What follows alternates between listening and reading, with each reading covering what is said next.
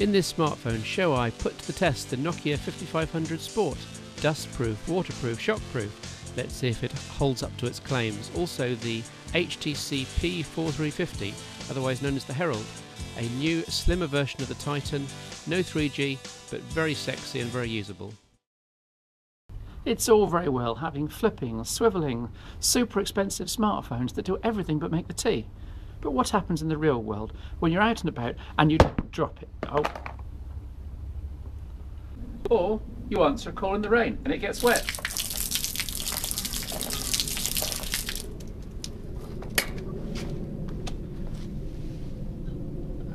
Normally, of course, you would be in a right panic and completely stuffed, but not with the Nokia 5500.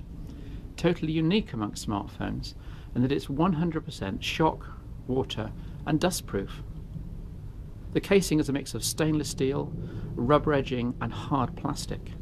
All the keys are covered by a rubber membrane, and necessary openings like the microphone and speaker grill each have an internal rubber membrane performing the same job. The battery and the pop port are protected by an airtight rubber seal and screw down closure. Okay, leave it in a swimming pool for a couple of hours and I bet you could cause the Nokia 5500 some problems, but it's quite up to the occasional dunking and the unintentional physical abuse. Despite the small size, the 5500 is every inch a full S60 3rd edition smartphone. No, it can't record DVD quality video, and you'll not be browsing the web on it for very long because of the tiny screen, or maybe watching videos, but in every other department you get the full Symbian S60 experience, and with the benefit of a number of other unique extras. You see, the idea of the 5500 is that you walk along, or jog, or row, or cycle, and there's a built-in accelerometer that records how many steps or movements you've made and calculates the calories you burned and the distance you travelled. If you need absolute accuracy in distance measurement, there's also GPS support, and the 5500 worked perfectly using my own TomTom GPS receiver. The sports software that's built in knows all about the likes of Cooper tests and fartlek training, so it should suit anyone from the casual jogger to the serious athlete.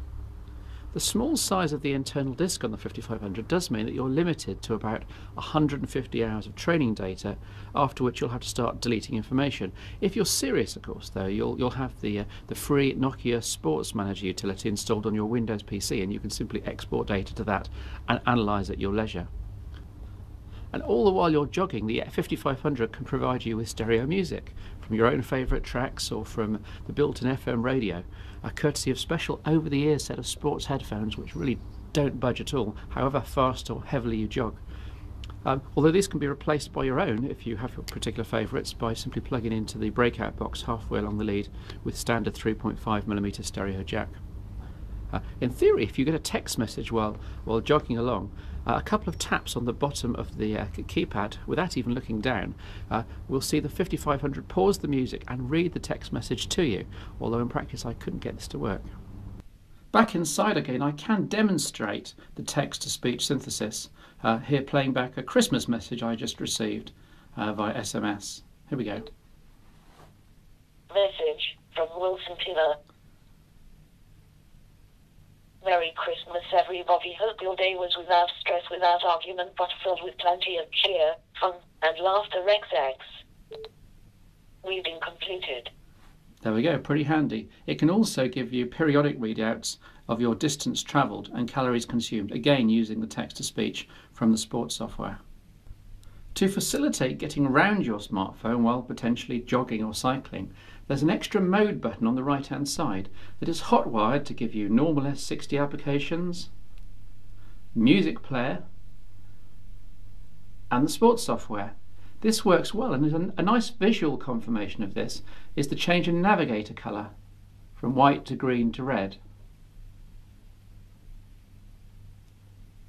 The whole complement of traditional S60 applications is present here, from PIM apps like messaging, contacts and calendar, through to web and voice recorder.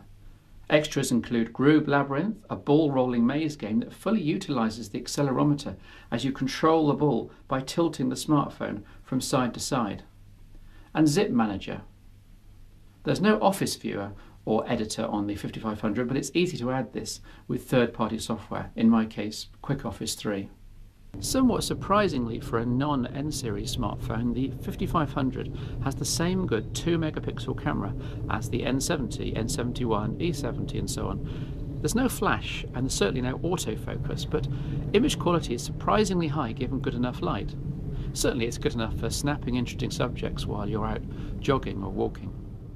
Another unique extra about the 5500 is that a long press on the star key gives you a twin LED torch on the top of the device. Very handy perhaps for power cuts, finding your way to the meter, or perhaps coming back after a long walk or a long jog. It's not the brightest torch in the world, but it's very serviceable and a nice extra to have. The biggest downsides of the Nokia 5500 are the tiny screen at only 208 by 208 pixels, which comes as a bit of a shock to anyone used to larger devices, and the low internal flash memory, limiting the sports data that can be gathered and also hampering installation of large third-party programs. But with torch, accelerometer, ultra durability, good camera, speech synthesis, in addition to the full S60 application set, the closest analogy I can think of is that the Nokia 5500 is the Swiss Army knife of the smartphone world. This is the one that's going to be going strong and getting on with the 101 tasks you assign it to, in fair weather or foul, when other smartphones have started to croak and been gracefully retired. The Nokia 5500.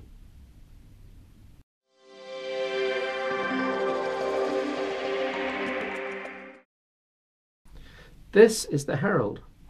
Well, I'm going to call it that, as saying HTC P4350 every few seconds is going to drive me mad, and you as well probably. But it's an excellent example of taking a design to its ultimate iteration. You remember I reviewed the sliding keyboarded HTC Wizard way back in smartphone show number 1 with the first variant of Windows Mobile 5. 6 months on, I looked at the HTC Titan with sleeker looks, better camera and better keyboard. And now we have the Herald with a slimmer form factor again, 5mm less than the Titan, a spring-loaded and better again keyboard, and the very latest Windows Mobile updates, AKU3. It's an impressive progression in the course of a year, although there are clues here that the Herald is the budget model and that a more highly specified sister device will pop up in a few months' time. For example, there's no 3G support, almost unforgivable in 2007, even if you're not yet a heavy 3G data user.